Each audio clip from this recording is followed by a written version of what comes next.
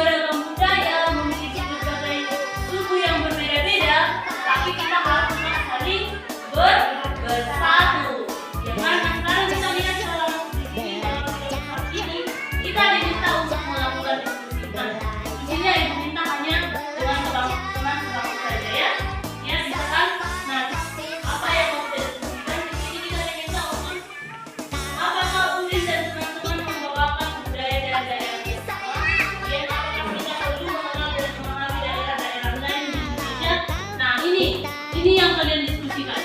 Diskusikan apakah dari bacaan yang kita baca itu, apakah Ibu Udin dan teman-temannya membawakan budaya yang sama?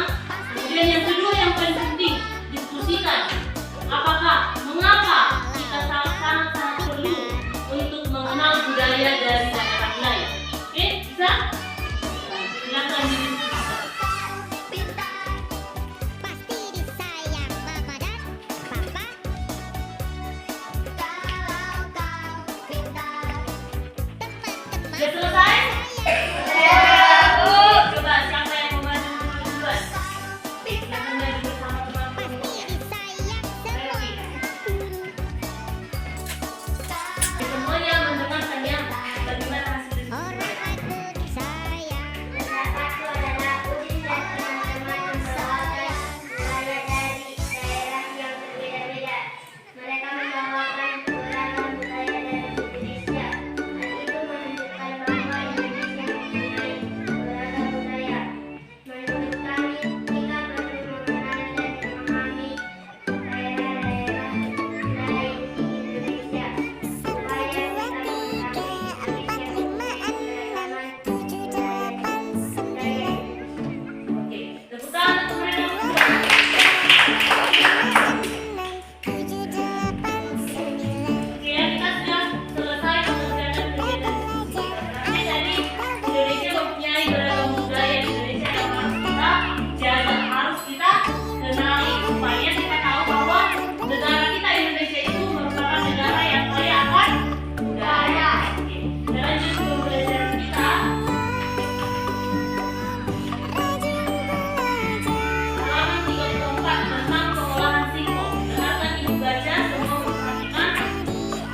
Pengolahan singkong. Di daerah Sumatera Barat, singkong diolah menjadi berbagai macam makanan, mulai dari lauk pauk hingga menjadi makanan ringan. Gulai singkong, kue talam singkong, dan nasi kuning merupakan makanan yang biasa dibuat untuk konsumsi sehari-hari. Singkong goreng juga sering dibuat di rumah. Daya tahannya paling lama adalah 2 hari.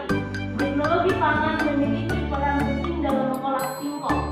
Teknologi pangan memberikan nilai lebih bagi bahan makanan hasil panen melalui berbagai cara.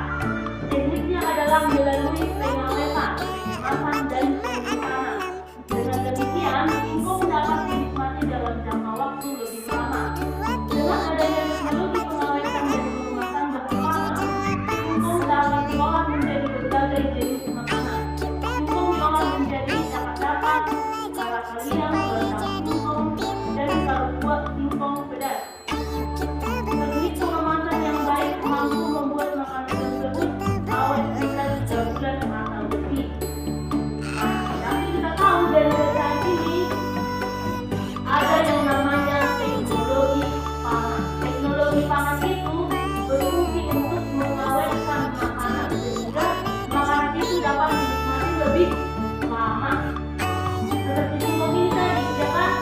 Kalau kalian tahu, singkong itu bisa diolah jadi apa saja, dan dia sekelilingnya semua, misalnya singkong.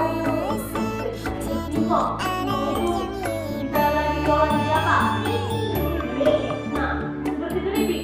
Kalau keripik singkong itu bisa bertahan sampai berapa hari? Misalnya bisa sampai 3 hari. Jadi proses pengolahan singkong menjadi keripik itu merupakan dinamakan itu teknologi pangan. Iya, teknologi pangan. Dari daerah lain juga tadi sudah kita baca, ada yang membuat rendang singkong, datar-datar, kalau untuk singkong pedas, ya kan?